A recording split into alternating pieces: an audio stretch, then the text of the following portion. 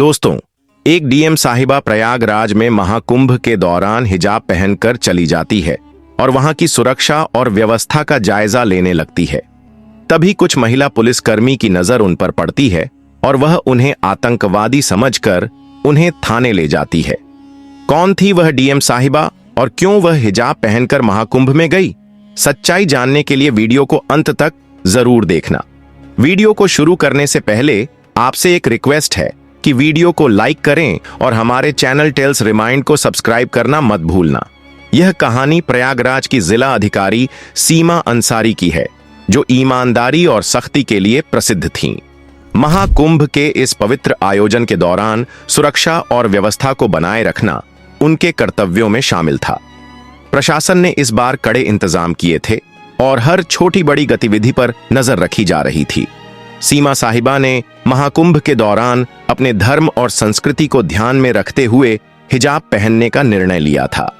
आमतौर पर सूट या साड़ी पहनने वाली सीमा इस बार हल्के रंग का कुर्ता और हिजाब पहनकर घाट पर निरीक्षण के लिए आई थीं। अपने काम में समर्पित होने के कारण सीमा ने तय किया कि वह बिना किसी पहचान या सुरक्षा दल के आम नागरिक की तरह घाट पर जाएंगी। उन्होंने अपनी गाड़ी और सुरक्षा टीम को घाट के बाहर छोड़ दिया। सीमा चाहती थीं कि वह लोगों के बीच जाकर सीधे माहौल का निरीक्षण करें और व्यवस्थाओं का सही आकलन कर सकें। घाट पर पहुंचते ही सीमा ने देखा कि पुलिसकर्मी हर व्यक्ति की गतिविधियों पर नजर रख रहे थे। उनके कपड़ों और अकेले चलने के तरीके ने कुछ पुलिसकर्मियों को उन्हें संदिग्ध मानने पर मजबूर कर दिया।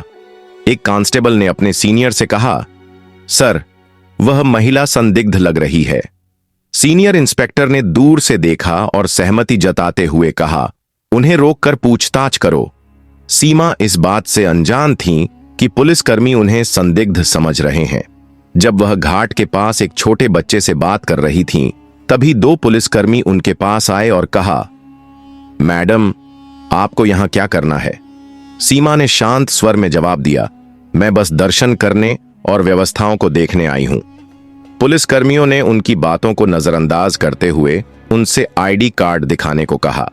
सीमा ने मुस्कुराते हुए कहा, आईडी कार्ड मेरे पास है, लेकिन आप यह क्यों पूछ रहे हैं? यह सुनकर पुलिसकर्मी सख्त हो गए और बोले, यदि आप आईडी नहीं दिखाएंगी तो हमें थाने ले जाकर पूछताछ करनी पड़ेगी। सीमा ने स्थिति को समझने की कोशिश की। उन्होंने सोचा कि अगर वह अपनी पहचान अब भी बताएंगी तो पुलिसकर्मियों को शर्मिंदगी होगी।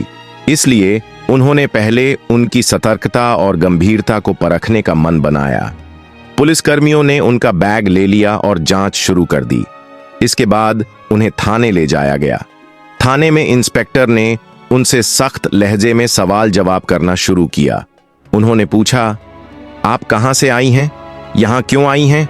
आपका नाम क्या है? सीमा ने शांतिपूर्वक कहा, क्या मैं अपना नाम बाद में बता सकती हूं? पहले आप अपने सवाल खत्म कर लीजिए। इंस्पेक्टर का गुस्सा बढ़ने लगा। उन्होंने कहा, आपकी चुप्पी हमें मजबूर कर रही है कि आपको हिरासत में लिया जाए। सीमा ने अब तक शांत रहते हुए सारी स्थिति का सामना किया। उन्होंने सोचा कि अब सही समय है अपनी पहचान जाहिर करने का। उन्होंने अपने बैग से अपना आईडी कार्ड निकाला और सीनियर इंस्पेक्टर को दिया। कार्ड देखते ही इंस्पेक्टर और वहां मौजूद अन्य पुलिसकर्मियों के चेहरे पर हैरानी और शर्मिंदगी साफ झलकने लगी। आईडी कार्ड पर लिखा था, सीमा अंसारी, जिला अधिकारी, प्रयागराज।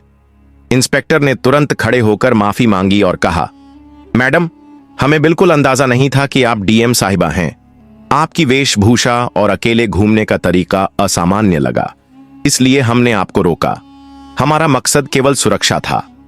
सीमा ने जवाब दिया, मुझे पता है कि आप अपनी ड्यूटी कर रहे थे, लेकिन ड्यूटी निभाते समय सावधानी के साथ साथ मानवता का भी ध्यान रखना चाहिए। थाने से बाहर आते समय पुलिसकर्मियों ने सीमा को घाट तक छोड़ा।